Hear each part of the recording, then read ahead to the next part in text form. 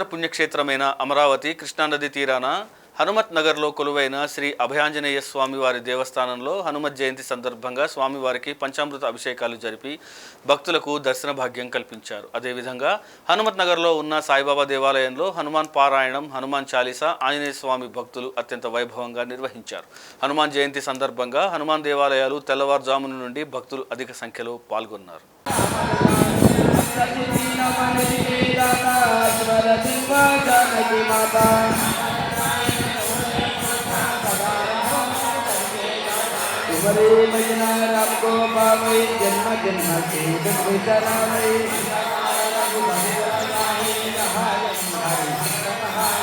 కూర్చోవాలి, భక్తులకి క్షమం చేయకూడదు, కూర్చోండి చక్కగా దంపతులుగా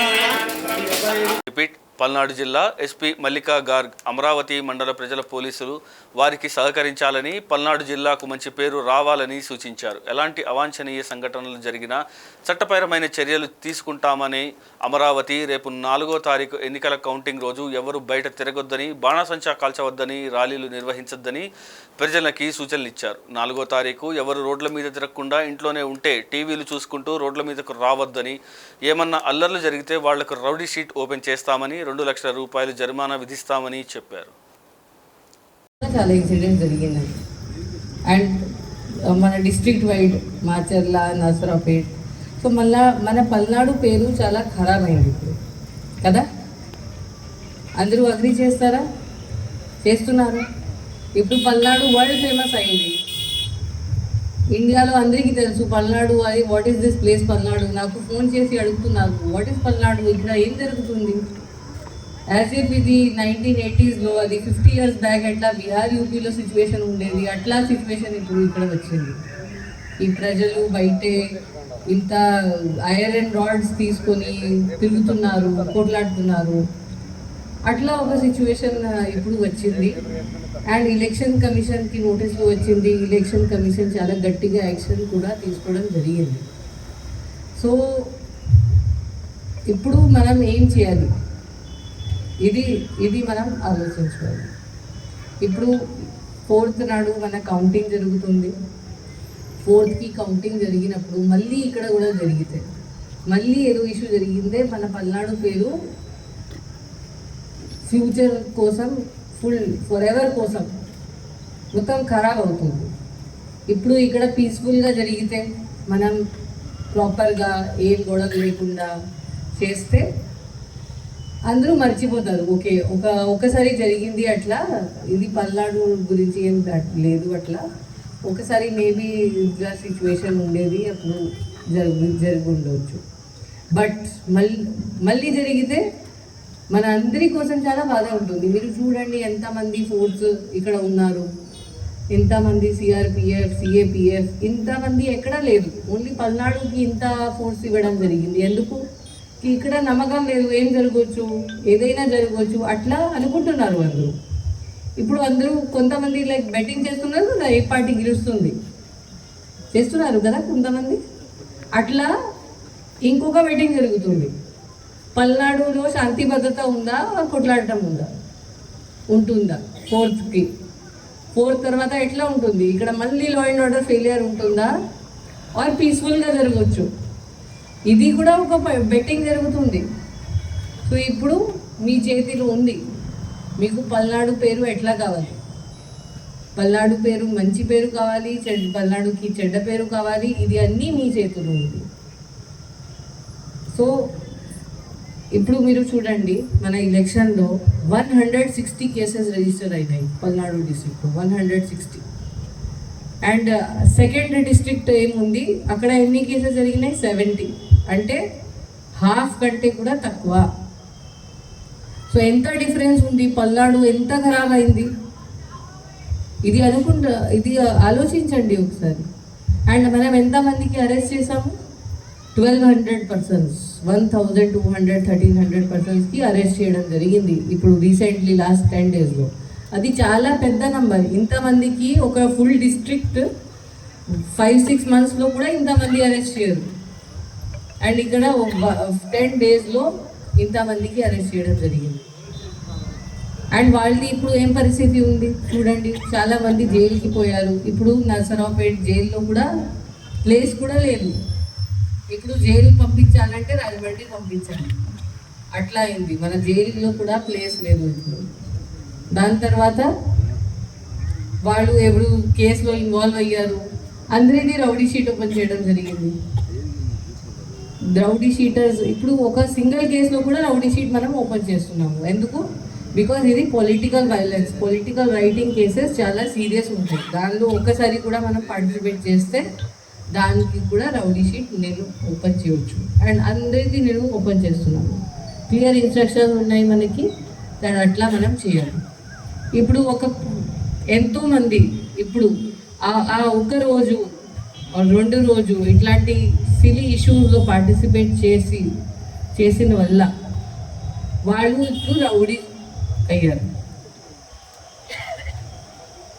మీకు కావాలా ఎవరు మీకు రౌడీ? మీ ఊర్లో ఇప్పుడు రౌడీ షీటర్ సంఖ్య పెరిగింది. ఇప్పుడు రౌడీ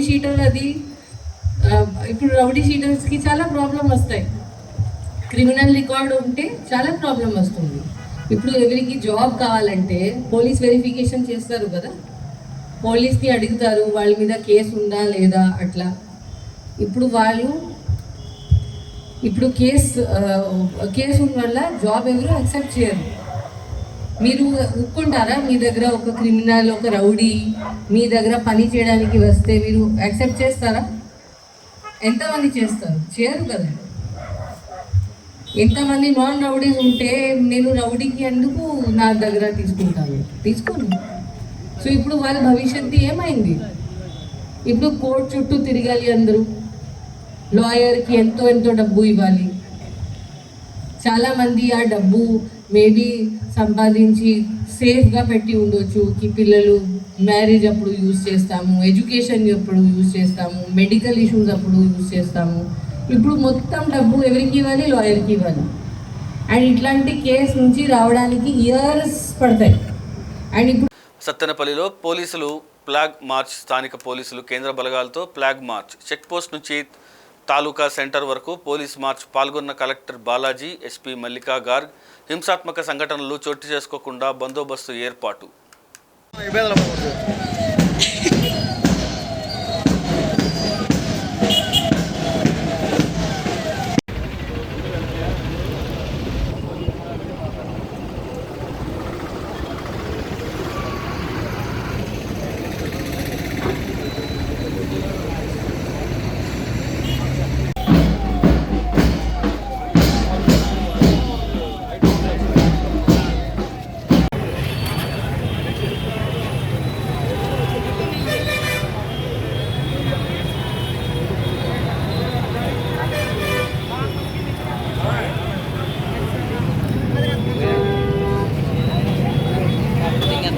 కొంత శాంతి భద్రతాన్ని భగ్నం కలిగించేలాగా చర్యలు తీసుకునే వాళ్ళు ఉండొచ్చు. సో మీరు కూడా మీకు ఎక్కడైనా ఇన్ఫర్మేషన్ వస్తే, ఎక్కడైనా ఎవరు యాంటీ సోషల్ యాక్టివిటీస్ చేస్తున్నారని ఇన్ఫర్మేషన్ వస్తే వెంటనే మీ పక్కన ఉన్నటువంటి పోలీస్ డిపార్ట్మెంట్కి అక్కడ 100 నంబర్ ఉండొచ్చు, లేకపోతే అక్కడ ఉన్న తహసీల్దార్ ఆఫీస్ ఉండొచ్చు, ఎలక్షన్ తాలూకా సిబ్బందులు ఉండొచ్చు. ఎవరికైనా మీరు సంప్రదించి వాళ్ళకి ఇన్ఫర్మేషన్ ఇస్తే క్విక్ రెస్పాన్స్ టైం తోటి, మన క్వికెస్ట్ పాసిబుల్ రెస్పాన్స్ టైం తోటి అక్కడ చేర్చుకొని అక్కడ చర్యలు తీసుకోవడం జరుగుతుంది. రాబోయే రోజుల్లో మన జిల్లా ఏదైతే పోలింగ్ టైంలో చెడ్డ పేరు వచ్చింది, కౌంటింగ్లో 5th జూన్ మార్నింగ్ అన్ని చోట ఒకటే మాట రావాలి, ఎన్నికల కోడ్ అమలులో ఉన్నందున కాకినాడ జిల్లా కార్లంపూడి మండలం పరిధిలో ఉన్న గ్రామాలలో ఎటువంటి అవాంఛనీయ సంఘటనలకు పాల్పడవద్దని పెద్దాపురం డీఎస్పీ కె లతాకుమారి హెచ్చరించారు. శనివారం జగ్గంపేట సిఐ లక్ష్మణరావు, కార్లంపూడి ఎస్ఐ షేక్ జబీర్ ఆధ్వర్యంలో స్పెషల్ పార్టీ పోలీసులతో కిర్లంపూడి ప్రధాన రహదారిపై గుంపులుగా ఉన్నవారిని చెదరగొట్టి నిబంధనలు వివరిస్తూ అవగాహన కల్పించారు. 144 సెక్షన్ పోలీస్ యాక్ట్ 30 ఎన్నికల కోడ్ అమలులో ఉన్నందున కవ్వింపు చర్యలకు పాల్పడితే వారిపై కఠిన చర్యలు తీసుకోవడం జరుగుతుందని పెద్దాపురం డీఎస్పీ లతాకుమార్ తెలిపారు. గత నెల 13న జరిగిన అసెంబ్లీ పార్లమెంట్ ఎన్నికలకు ఎవరు వ్యక్తిగతంగా తీసుకోవద్దని, విజయ అపజయాలను వ్యక్తిగతంగా తీసుకోకుండా ఎటువంటి అవాంఛనీయ సంఘటనలకు పాల్పడకూడదని, ముఖ్యంగా విద్యార్థులు ఎన్నికల్లో ఎటువంటి కేసుల్లో పట్టుబడని తీవ్ర పరిణామాలు ఎదుర్కోవాల్సి వస్తుందని హెచ్చరించారు. ఈ కార్యక్రమంలో Kirlampudi additional SI Balaram, ASI Kumar, special party police, Kirlampudi police సిబ్బంది తదితరులు పాల్గొన్నారు.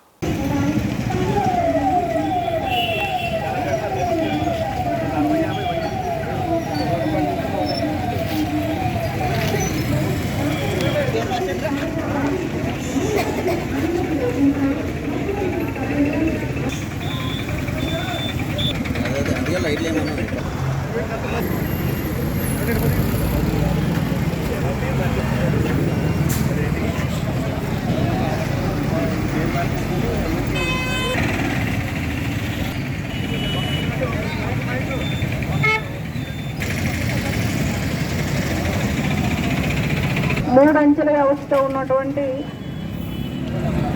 రక్షణ వ్యవస్థలో చాలా జాగ్రత్తగా ఉంది. ఇప్పుడు ఏంటంటే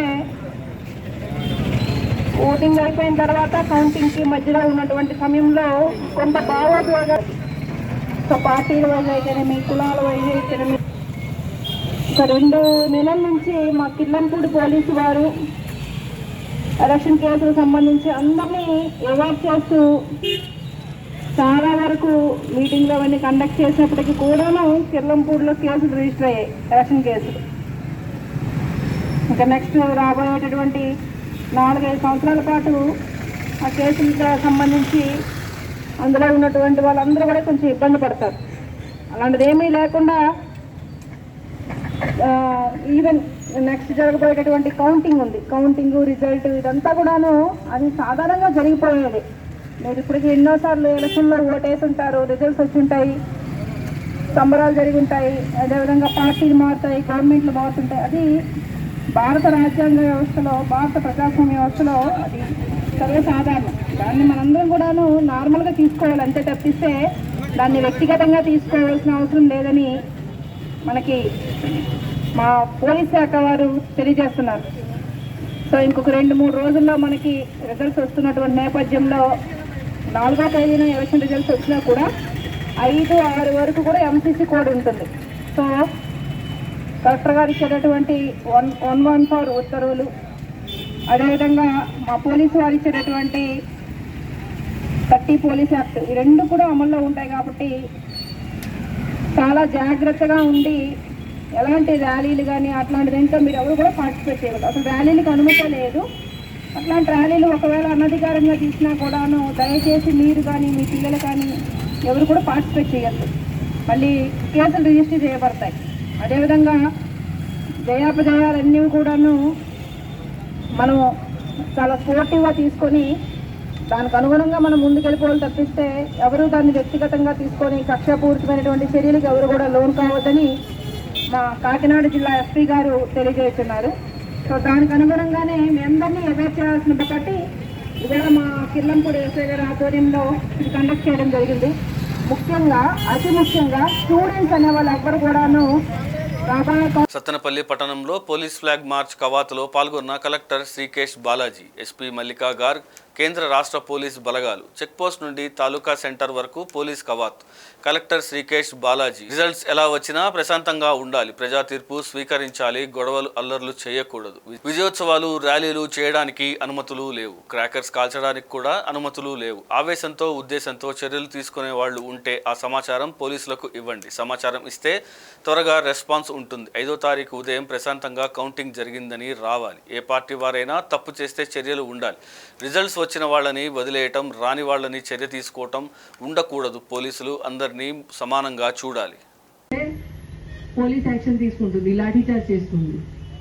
ఎవరికి స్పేర్ చేయడానికి లేదు, ఎవరికి కన్సిడర్ చేయడానికి లేదు, ఏం ఎక్స్క్యూజ్ వినడానికి లేదు. ఖచ్చితంగా యాక్షన్ ఉంటుంది. ఎవరైనా ఉంటే దాని తర్వాత పిల్లలు మిస్టేక్ అయింది, ఒకసారి ఛాన్స్ ఇవ్వండి, అది ఈ పరిస్థితిలో ఎవరికి ఏమీ ఛాన్స్ ఇవ్వడానికి లేదు. సో మీరు ఇది అనుకుంటే తర్వాత నా లీడర్ గారు చెప్తే రౌడీ షీట్ క్లోజ్ అవుతుంది, అడ్డీ కూడా ఉండదు. ఇవి అన్ని ఎలక్షన్ కేసెస్. ఈ కేసెస్లో ఎలక్షన్ కమిషన్కి కూడా రిపోర్ట్ వెళ్ళింది, ఈ వీళ్ళు మన రౌడీ. నెక్స్ట్ 2025లో కూడా ఈ రౌడీస్ గురించి అడుగుతారు ఎలక్షన్ కమిషన్ వాళ్ళు. సో ఎవరికి ధైర్యం ఉండదు ఈ రౌడీ షీట్ క్లోజ్ చేయడానికి. ఇప్పుడు పర్మనెంట్ వాళ్ళ ఫ్యూచర్ ఖచ్చితంగా స్పాయిల్ అయింది. సో ఇది నా రిక్వెస్ట్ అనుకోండి, ఆర్ మీరు వార్నింగ్ అనుకోవచ్చు. సో ఇప్పుడు మీరు అందరూ ఖచ్చితంగా పోలీస్కి సహాయం చేయాలి.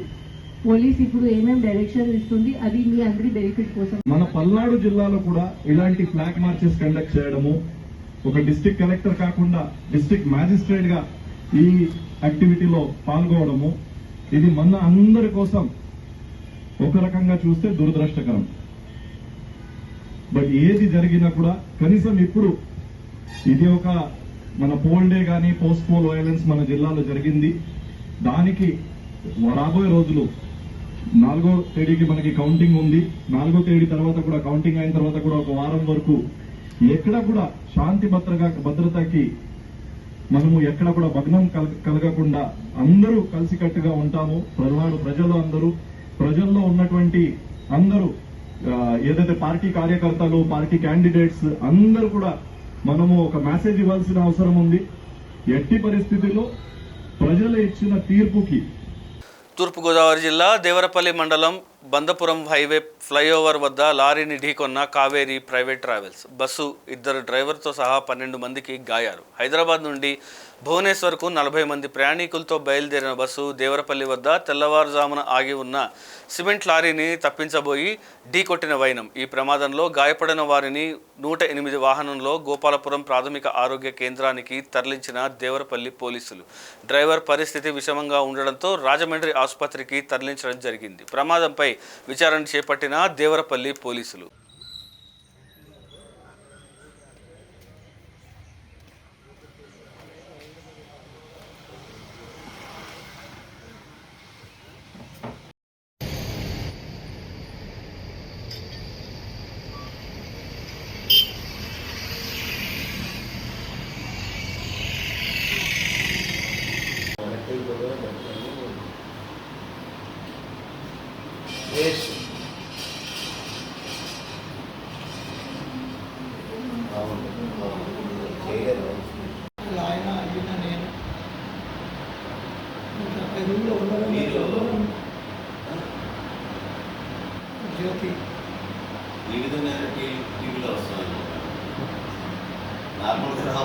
పల్నాడు జిల్లా సత్తెనపల్లిలో స్వచ్ఛందంగా వ్యాపార దుకాణాలను మూసివేసిన వైశ్యులు మరియు పట్టణంలోని పలు వ్యాపారస్తులు సంఘాలు. పట్టణంలో గత 2 రోజుల నుండి పల్నాడు జిల్లాలో సత్తెనపల్లి పట్టణంలో 144 సెక్షన్ ఉన్నందున వ్యాపారస్తులు స్వచ్ఛందంగా ముందుకు వచ్చి వ్యాపార దుకాణాలను మూసివేసిన వ్యాపారస్తులు. ఎటువంటి అవాంఛనీయ సంఘటనలు జరగకుండా బందోబస్తు ఏర్పాటు చేసిన ఎస్పీ మల్లికా గార్గ్, స్థానిక పోలీసులు కేంద్ర బలగాలతో ప్లాట్ మార్చ్ నిర్వహించారు. అత్యవసర సమయాల్లో అయితే నేను బయటికి రావాలని, 2-3 కన్నా ఎక్కువ మంది రోడ్లపై తిరగరాదని ప్రజలను కోరారు.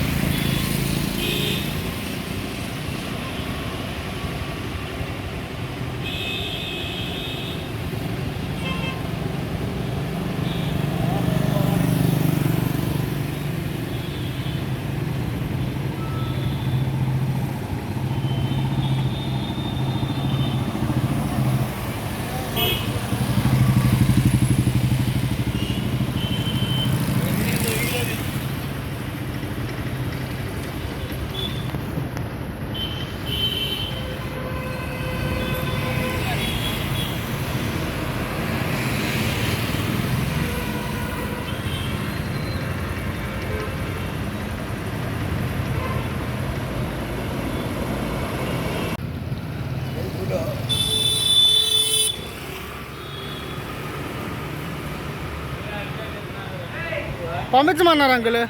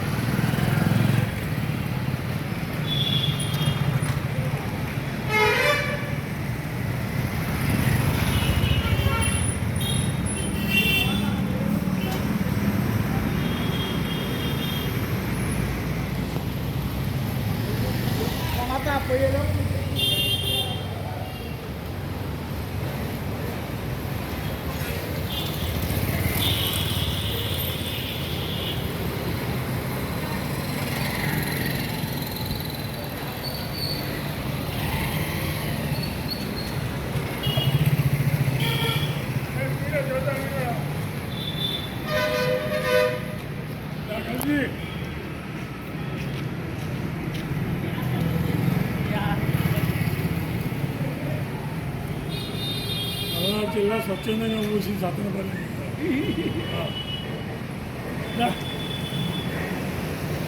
ఆగండి, ఫ్రెండ్స్ తీసుకుంటాను. మాట్లాడు, మాట్లాడచ్చు. గుంటూరు జిల్లా సత్తనపల్లి నియోజకవర్గంలో ఇలా స్వచ్ఛందంగా పల్నాడు జిల్లా పేరు నిలబెట్టాలని చెప్పేసి మేమందరం స్వచ్ఛందంగా షాపులు మొత్తం బంద్ చేశాం. పోలీసుల వారికి మేము సహకరించాము. ధన్యవాదాలు.